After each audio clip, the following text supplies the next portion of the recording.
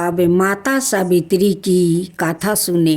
पद्म पुराण के अनुसार बैजनाथ से नमक राक्षस का वध करने के पश्चात ब्रह्मा जी ने संसार की भलाई के लिए पुष्कर में एक यज्ञ करने का फैसला किया।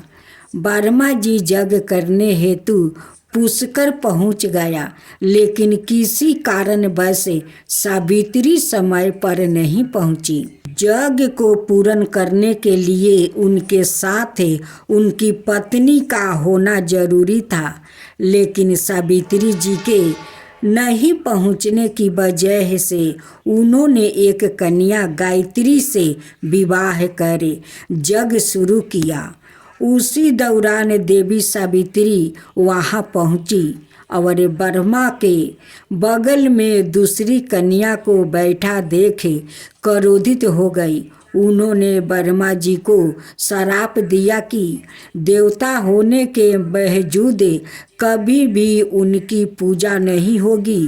तब सावित्री से सभी देवताओं ने विनती की कि अपना श्राप वापस ले लीजिए, लेकिन उन्होंने नहीं लिया। जब गुस्सा ठंडा हुआ तो सावित्री ने कहा कि इस धरती पर सिर्फ पुष्कर में आपकी पूजा होगी। अब आप सुने माँ दुर्गा की कथा। पुराणों में उल्लेखित है कि मानव ही नहीं, देवता भी असुरों के अत्याचार से परेशान हो गया था। तब देवता ब्रह्मा जी के पास गया और उनसे संविधान मांगा। तब ब्रह्मा जी ने बताया कि दैत्य राज का वध एक कुंवारी कन्या के हाथ ही हो सकता है। इसके बाद सभी देवताओं ने मिलकर अपने तेज को एक जगह समाहित किया और इस शक्ति से देवी का जन्म हुआ। देवगणों की शक्ति से देवी की उत्पत्ति हुई, लेकिन देवी के शरीर का अंग प्रत्येक देव की शक्ति का अंश से हुआ है। जैसे भगवान शिव के तेज से माता का मुख बना, श्री हरि विष्णु के तेज से भुजाएं, ब्रह्मा जी के तेज से माता के दोनों चरण बने, वही यमराज के तेज से मस्तक और केश, चंद्रमा के तेज से स्तन, इंद्र के तेज से कमर, वरुण के तेज से जांघें, पृथ्वी के तेज से नितंब, सूर्य के तेज से दोनों पैरों की अंगुलियां, प्रजापति के तेज से सारे दांत, अग्नि के तेज से दोनों नेत्र, संध्याय के तेज से भव, बाहु के तेज से कान और अन्य देवताओं के तेज से देवी का विभिन्न अंग बने। देवी का जन्म तो हो गया, लेकिन असुरों के अंत के लिए अभी भी अपरा शक्ति की जरूरत थी।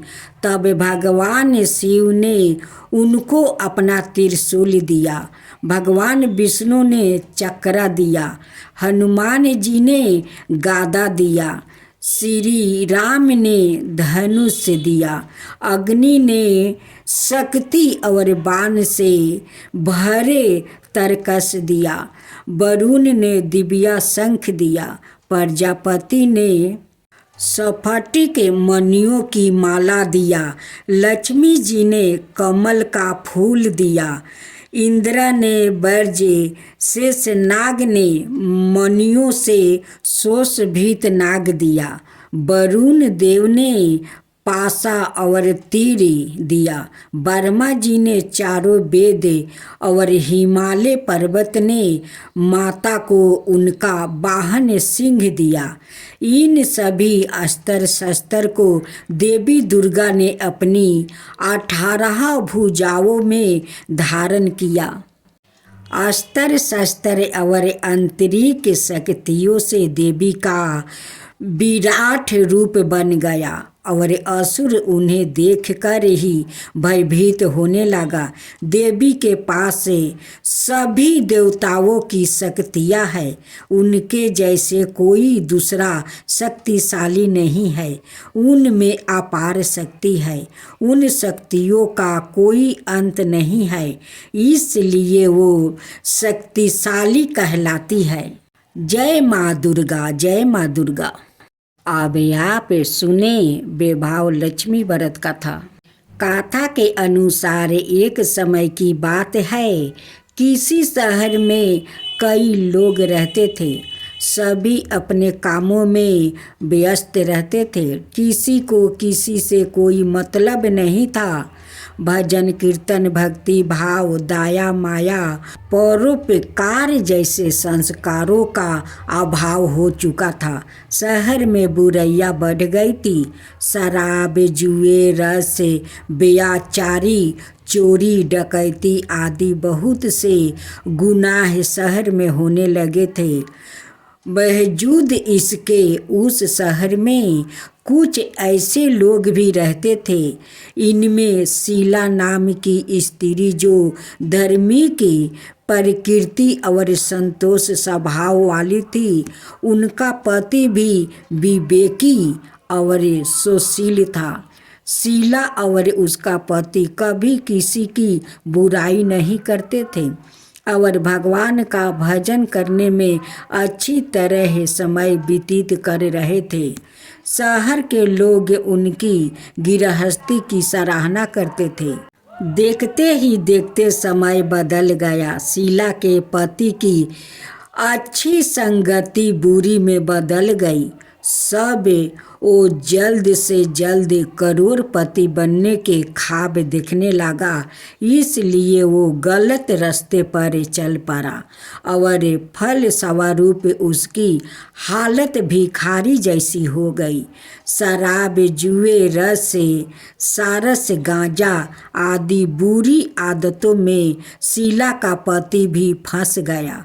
दोस्तों के साथ उसे भी शराब की आदत लग गई। इस प्रकार उसने अपना सब कुछ जुए में गंवा दिया। शीला इस बात से बेहद चिंतित रहने लगी, लेकिन उसे भगवान पर भरोसा था।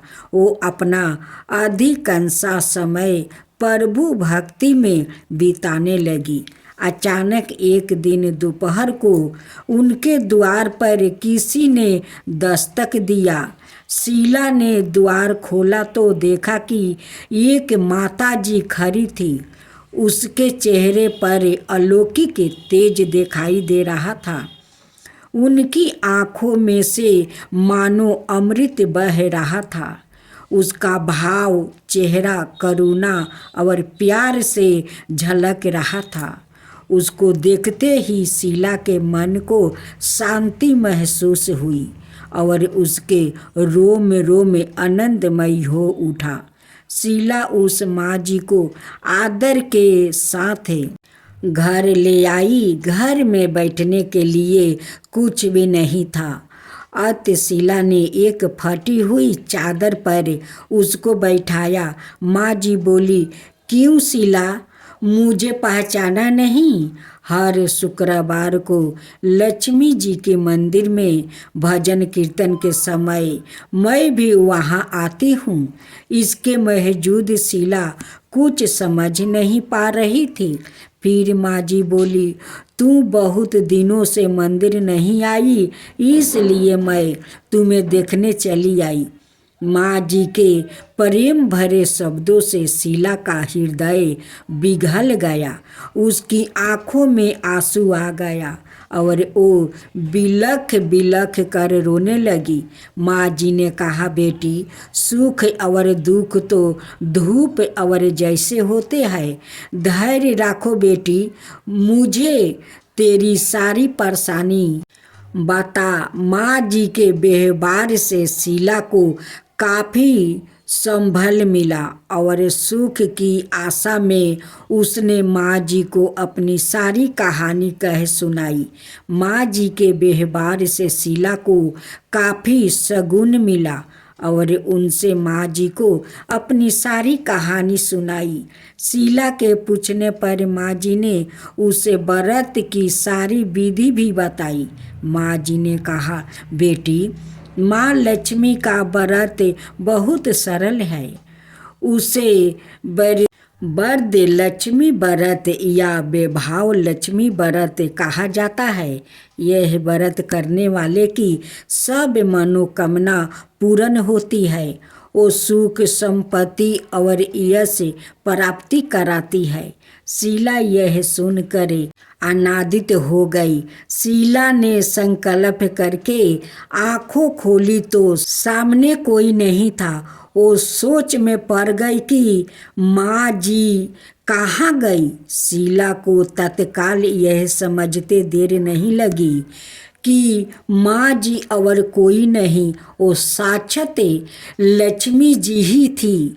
दूसरे दिन शुक्रवार था। सुबह स्नान करके स्वच्छ कपड़े पहनकर शीला ने माँ जी द्वारा बताई विधि से पूरे मन से व्रत किया। आखिरी में प्रसाद वितरण हुआ। यह प्रसाद पहले पति को खिलाया। प्रसाद खाते ही पति के स्वभाव में फर्क पड़ गया। उस दिन उसने शीला को मारा नहीं, सताया भी नहीं। शीला को बहुत आनंद हुआ। उनके मन में वैभव लक्ष्मी व्रत के लिए श्रद्धा बढ़ गई। शीला ने पूर्ण श्रद्धा भक्ति से 21 शुक्रवार तक वैभव लक्ष्मी व्रत किया। 21वां शुक्रवार को माँ जी के कहे मुताबिक उद्यापन विधि करके 7 स्त्रियों को वैभव लक्ष्मी व्रत की 7 पुस्तक उपहार में दी। फिर माँ जी के धन लक्ष्मी स्वरूप की छवि को बंधन करके भाव से मन ही मन प्रार्थना करने लगी। हे माँ धन लक्ष्मी, मैंने आपका वैभव लक्ष्मी व्रत करने की मन्नत मांगी थी। वो व्रत आज पूर्ण किया है। हे माँ, मेरी हर विपत्ति दूर करो, हमारा सबका कल्याण करो। जिसे संतान ना हो उसे संतान देना। सौभाग्यवती स्त्री का सौभाग्य अखंड रखना। कुंवारी लड़की को मन भावन पति देना। जो आपका यह चमत्कारी वैभव लक्ष्मी व्रत करे, उनकी सब विपत्ति दूर करना, सभी को सुख करना। हे माँ, आपकी महिमा अपरंपार है। ऐसा बोलकर लक्ष्मी जी के धन लक्ष्मी स्वरूप की छवि को प्रणाम किया। व्रत के प्रभाव से शीला का पति अच्छा आदमी बन गया और कड़ी मेहनत करके व्यवसाय करने लगा। उसने तुरंत शीला के गिरवी रखे गहने चुरा लिया। घर में धन की वृद्धि हुई। घर में पहले जैसी सुख शांति छा गई। वैभव लक्ष्मी व्रत का प्रभाव देखकर महलों की दूसरी स्त्रियां भी विधि पूर्वक वैभव लक्ष्मी व्रत करने लगी। जय माँ लक्ष्मी, जय माँ लक्ष्मी। अब आप सुने माता अन्नपूर्णा की व्रत कथा। माता अन्नपूर्णा का यह व्रत मार्गशीर्ष मास के कृष्णा पक्ष पंचमी से आरंभ होता है और मार्गशीर्ष शुक्ला षष्ठी को समाप्त होता है। यह उच्चतम व्रत 17 दिनों का होता है। इस व्रत के करने से आहु लक्ष्मी और श्रेष्ठ संतान की प्राप्ति होता है। अन्नपूर्णा व्रत के प्रभाव से पुरुष को पुत्र पुत्रार्थ धनादि का वियोग कभी नहीं होता। जो इस उत्तम व्रत को करते हैं उनकी श्री लक्ष्मी सदाए बनी रहती है। इनके लक्ष्मी का सभी विनाश नहीं होता। उन्हें कभी अन्न का क्लेश कष्ट नहीं होता और ना उनके शांति का विनाश ही होता है। जिनके घर में लिखी हुई यह अन्नपूर्णा व्रत की गाथा होती है, उस घर में माता अन्नपूर्णा कभी नहीं त्यागती। उनके गिरह में सदाए माता अन्नपूर्णा का निवास रहता है। इस प्रकार से 16 दिन तक माता अन्नपूर्णा की गाथा का श्रवण करें, डोरे का पूजन करे। फिर जब 17वां दिन आए, मार्गशीर्ष शुक्ला पक्ष की षष्ठी को व्रत करने वाला सफ़ेद वस्तु और स्त्री लाल वस्तु धारण करे। रात्रि में पूजा स्थल में जाकर धान के पौधों से एक कल्प वृक्ष बनाकर स्थापित करे और उस वृक्ष के नीचे भगवती अन्नपूर्णा की दिव्या मूर्ति स्थापित करे। उस मूर्ति का रंग जवा पुष्पा की भांति हो। उनके मुख मंडल में 3 नेत्र हो। मस्तक पर अर्धचंद्र सुशोभित हो, जिसे नवयौवन के दर्शन होते हैं।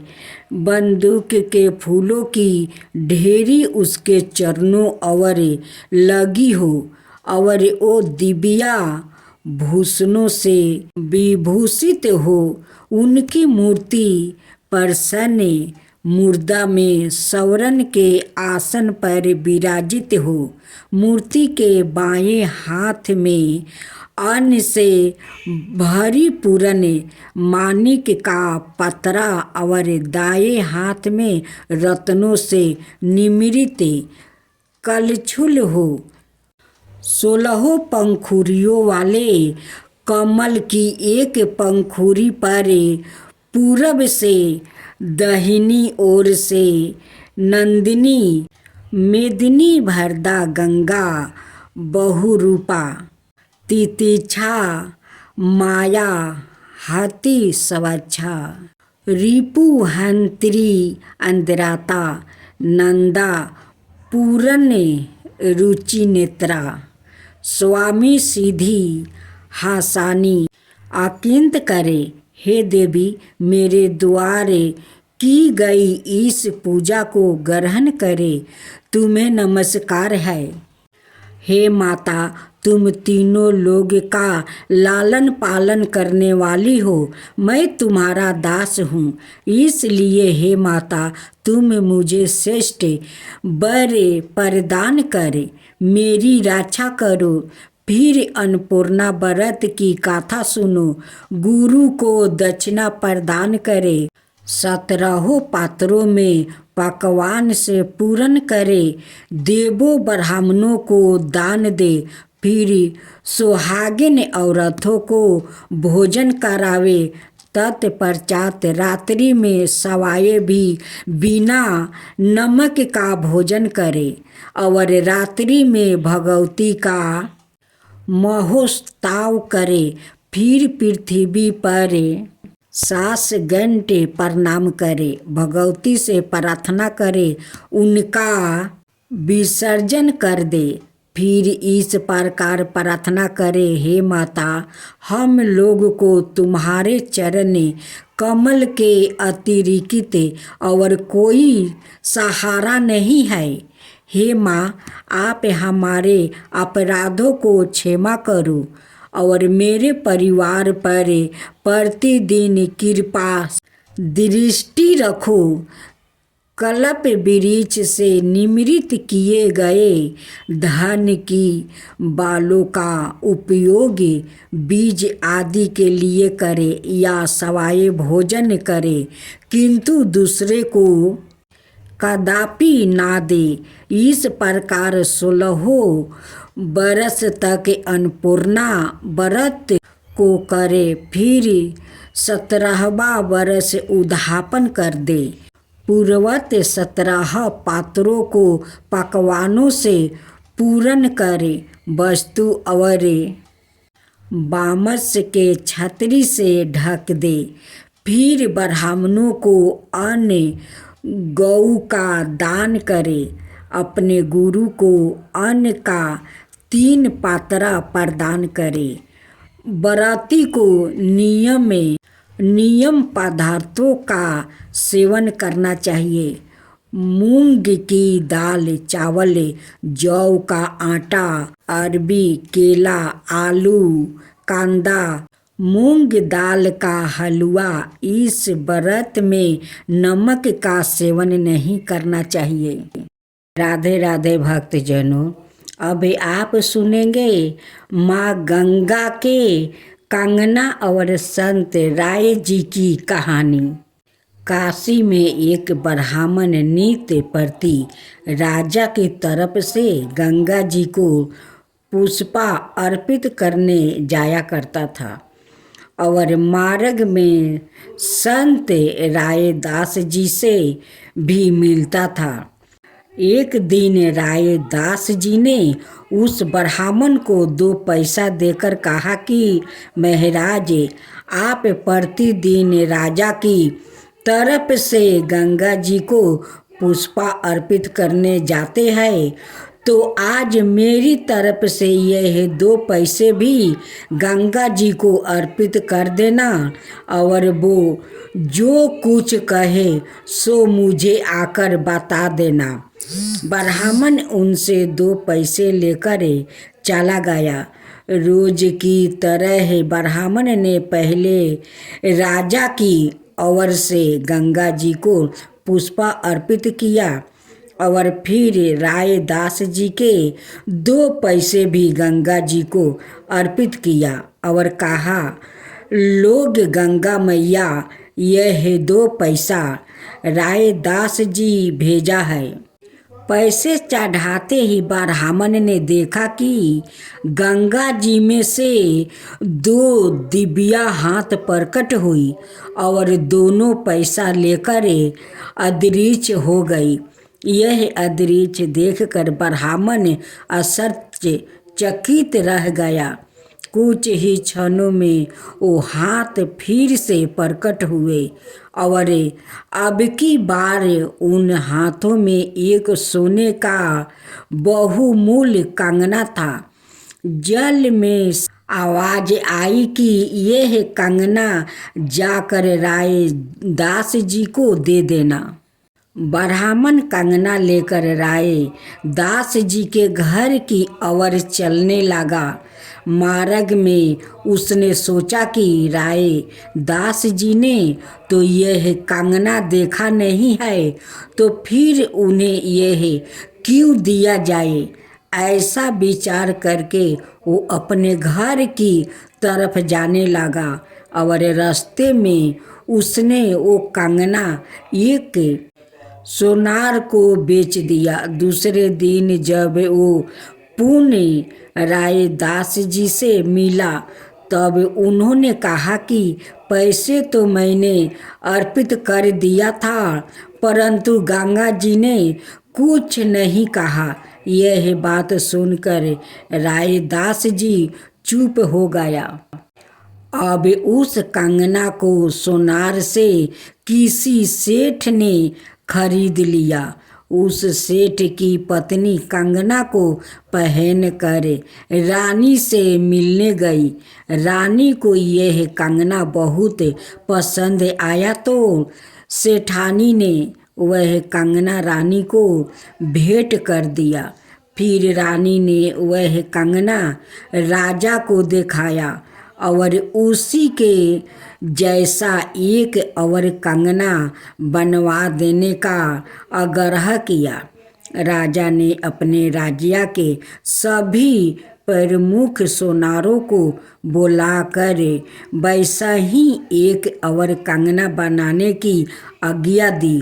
तब सोनारों ने कहा, महाराज, ऐसा लगता है कि इस कंगना पर तो ईश्वर ने सवाए कारीगरी की है। इसके जैसे कंगना बनाना हमारे समर्थ के बाहर है। अब राजा ने खोज करवाई कि यहाँ कंगना कहाँ से आया। खोज करने पर उस सोनार को बुलाया गया और पूछा कि तुम्हें यह कंगना कहाँ से मिला। तब सोनार ने उसी ब्राह्मण का नाम बता दिया। अब उस ब्राह्मण को बुलाकर पूछा गया कि तुम्हें यह कंगना कहाँ से मिला। यह सुनकर ब्राह्मण पूरी तरह घबरा गया। तब राजा ने ब्राह्मण से पूछा, क्या तुमने यह कंगना कहीं से चुराया है? सच सच बताओ, नहीं तो तुम्हें कठोर दंड दिया जाएगा। तब ब्राह्मण ने डरते डरते राय दास जी और गंगा मैया की पूरी सुना दी। फिर राजा उस ब्राह्मण को लेकर राय दास जी के पास पहुँचे और उन्हें पूरी घटना के बारे में बताकर प्रार्थना करी कि कृपा करके ऐसा ही एक और कंगना गंगा जी से दिलवा दीजिए। तब राय दास जी ने कहा, ब्राह्मण देवता को ऐसा नहीं करना चाहिए था। यह कहकर चमड़ा भिगोने वाले अपने कठौते की तरफ देखकर बोले, मन चंचल तो कठौती में गंगा माता वैसे ही एक और कंगना दीजिए। ऐसा कहते ही सबके सामने उस कठौते से वैसा ही कंगना लिए एक दिव्या हाथ प्रकट हुआ और राय दास जी को वो कंगना दे दिया। राय दास जी की भक्ति का ऐसा चमत्कार देखकर सब उनकी प्रशंसा करने लगे और राजा राय दास जी को प्रणाम करके उस कंगना को लेकर चला गया। अब राय दास जी की भक्ति परीक्षा की कहानी। इस घटना के बाद साम्राज्य में ब्राह्मणों की प्रतिष्ठा कम हो गई। इसलिए ब्राह्मण राय दास जी से ईर्ष्या करने लगे और उन्हें नीचा दिखाने का उपाय ढूंढने लगा। तब ब्राह्मणों ने काशी नरेश से जाकर कहा कि हे राजन, राय दास जी ने झूठा चमत्कार दिखाकर सबको भ्रमित कर दिया है। यदि वो सच्चे भक्त है तो उनकी भक्ति की परीक्षा की जानी चाहिए। तब राजा ने निर्णय किया कि ब्राह्मण और राय दास जी बरी बरी से प्रभु का आवाहन करेंगे, जिसके पुकारने पर मंदिर में विराजमान प्रतिमा सवाए चलकर जिसकी गोद में आ जाएगी वही सच्चा भक्त होगा। इसके बाद एक दिन निश्चित किया गया। इस दिन नगर के सभी लोग यह भक्ति परीक्षा देने आए थे। सबसे पहले ब्राह्मण दिन के 3 प्रहर तक विधि पूर्वक वेद मंत्रों का जप करते रहे, परंतु कुछ परिणाम नहीं निकला। इसके बाद राय दास जी की बारी आई। राय दास जी ने विनम्रता पूर्वक भगवान से प्रार्थना की और कहा, हे भगवान, इस दास पर अनुग्रह कीजिए। ऐसा कहकर उन्होंने प्रेम पूर्वक एक भजन गाया।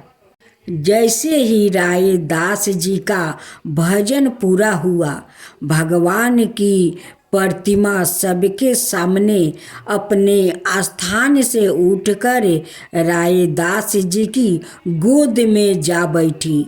इस प्रकार भगवान ने केवल सबके सामने अपने भक्ति की लाज राख ली, बल्कि भगवान ने अपने भक्त की प्रतिष्ठा को हजारों गुना बढ़ा दिया। इस घटना के बाद नगर के सभी लोग और काशी नरेश रायदास जी की भक्ति की वशीभूति हो गया। इस घटना के बाद ब्राह्मणों को भी रायदास जी पर पूर्ण विश्वास हो गया। कालांतर में रायदास जी ने अपनी देह को त्याग कर मोक्ष प्राप्ति किया और दास के लिए आगमन से मुक्ति हो गया। आप सुनेंगे कार्तिक मास की सुनी जाने वाली चौठ माता की व्रत कथा। एक गांव में एक साहूकार के 7 बेटे और एक बेटी थी। सेठानी ने 7 बहू और बेटी सहित कार्तिक कृष्णा चौथ को करवा चौथ का व्रत किया। साहूकार की लड़की को उसके भाई बहुत प्यार करते थे, उसको साथ लेकर खाना खाते थे।